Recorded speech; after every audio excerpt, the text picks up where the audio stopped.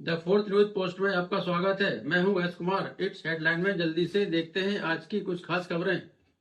आज की सबसे बड़ी खबर, देश की सर्वोच्च अदालत ने सन 2002 में गुजरात में हुए दंगों के दौरान बिल्किस बानो नाम की महिला के साथ हुए सामूहिक बलात्कार और उसके परिवार के 7 सदस्यों की हत्या में शामिल 11 दोषियों को छूट देने वाले गुजरात सरकार के फैसले को रद्द कर दिया।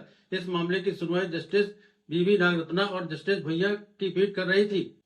उन्होंने कहा कि गुजरात सरकार के पास छूट का आदेश जारी करने का अधिकार नहीं है। आपको बता दें कि इस हादसे के वक्त बिल्किस बानो की उम्र 21 साल थी और वह 5 महीने की गर्भवती थी। उनके परिवार के मारे गए 7 सदस्यों में उनकी 3 साल की बेटी भी शामिल थी। इस मामले में 11 दोषियों को गुजरात सरकार ने छूट दे दी थी और 15 अगस्त 2022 को उन्हें रिहा कर दिया गया था।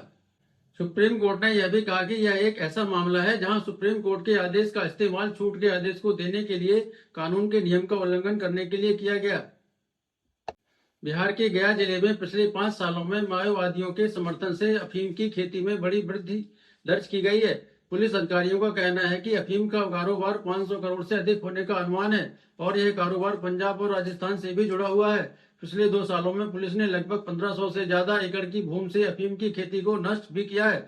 माओवादी अफीम की खेती से पहले नहीं जुड़े थे, लेकिन बाद में उन्होंने भी अफीम की खेती की शुरुआत कर दी और अवैध रूप से अफीम की खेती से मिले रुपए भारत में संगठित अपराध यानी ऑर्गेनाइज्ड क्राइम को बढ़ावा देते हैं।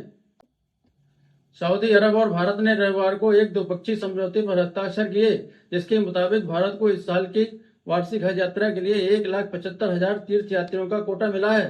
भारत की अल्पसंख्यक मामलों की मंत्री स्मृति ईरानी ने विदेश राज्य मंत्री सी मुरलीधरन की मौजूदगी में सऊदी अरब के हज मंत्री के साथ हस्ताक्षर किए। जयपुर में आईजी और डीआईजी के अखिल भारतीय सम्मेलन के समापन दिवस पर प्रधानमंत्री नरेंद्र मोदी ने पुलिस अधिकारियों को संबोधित किया। उन्होंने कहा कि नए आपराधिक कानून नागरिक पहले, गरिमा पहले और न्याय पहले की भावना के साथ तैयार किए गए हैं। पुलिस को अब डंडे की जगह डाटा के साथ काम करना चाहिए। इसके साथ उन्होंने यह भी कहा कि राज्यों के पुलिस प्रमुखों को इन नए कानून के पीछे की भावना को समाज के अलग अलग तबके तक पहुंचाने के लिए चिंतनशील ढंग से सोचना चाहिए। नई अपराधी कानून के तहत उन्होंने महिलाओं और लड़कियों के अधिकारों और सुरक्षा के बारे में जागरूक करने पर भी जोर दिया। अयोध्या में राम मंदिर का प्रतिष्ठा समारोह 22 जनवरी को होने वाला है। विश्व हिंदू परिषद ने कहा है कि वह न केवल भारत में बल्कि विदेशों में भी जश्न मनाने की तैयारी कर रहा है। विश्व हिंदू परिषद ने लगभग 55 देशों में कई सभाओं की योजना बनाई है, जहां 22 जनवरी को प्रार्थना सभाएं आयोजित की जाएंगी।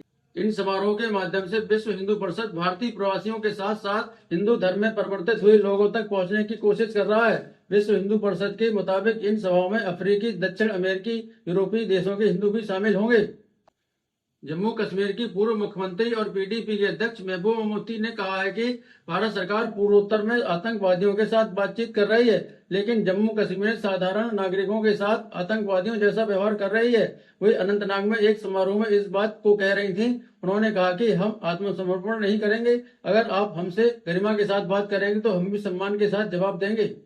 छत्तीसगढ़ के मोहल्ला अंबागढ़ जिले में एक 25 साल के स्कूली शिक्षक को माओवादी समर्थक होने के आरोप में गिरफ्तार किया गया है। इस गिरफ्तारी से नाराज स्कूल के बच्चों के साथ साथ गांव वालों के एक समूह ने पुलिस स्टेशन के सामने विरोध प्रदर्शन शुरू किया है ताकि उसकी रिहाई हो सके। पुलिस ने कहा है कि गिरफ्तार किया हुआ व्यक्ति पिछले साल सितंबर में माओवादी बैनर और पोस्टर लगाने में शामिल था। अभी फिलहाल वह एक गाँव के सरकारी प्राथमिक विद्यालय में एक अतिथि शिक्षक के रूप में काम कर रहा था। बांग्लादेश के आम चुनाव में कम मतदान और विपक्ष के बहिष्कार के बावजूद मौजूदा प्रधानमंत्री शेख हसीना की अवामी लीग पार्टी ने अपना 5वां कार्यकाल हासिल कर लिया है। बांग्लादेश के चुनाव आयोग के अनुसार 224 सीटों में से 216 सीट जीतकर अवामी लीग आगे चल रही है और कुछ सीटों के नतीजे अभी भी नहीं आए हैं। भारतीय क्रिकेट कंट्रोल बोर्ड ने विराट कोहली और रोहित शर्मा को 11 जनवरी से मोहाली में शुरू होने वाली अफगानिस्तान के खिलाफ 3 मैच की T20 सीरीज के लिए दोनों को 16 सदस्यीय टीम में शामिल कर लिया है। लगभग 14 महीने के बाद T20 में उनकी वापसी हुई है। कर्नाटक के भाजपा नेता और पूर्व मुख्यमंत्री बसवराज बोम्मई ने कांग्रेस सरकार पर सत्ता के नशे में चूर होने का आरोप लगाते हुए कहा है कि कर्नाटक में अघोषित आपातकाल की स्थिति बनी हुई है, यानी कि आपातकाल तो है, बस घोषणा नहीं हुई है। उन्होंने कहा कि सरकार ने लोगों की भाषा की अभिव्यक्ति की स्वतंत्रता को प्रभावित किया है। अन्याय के खिलाफ आवाज उठाने वाले लोगों पर मुकदमे दर्ज किए जा रहे हैं। इसके साथ उन्होंने यह भी कहा कि कांग्रेस और इंडिया ब्लॉक के नेता लोगों को राम मंदिर के उद्घाटन के लिए अयोध्या नहीं आने की सलाह भी दे रहे हैं। आज के लिए इतना ही। आप देख रहे थे द फोर्थ न्यूज पोस्ट। बहुत बहुत शुक्रिया।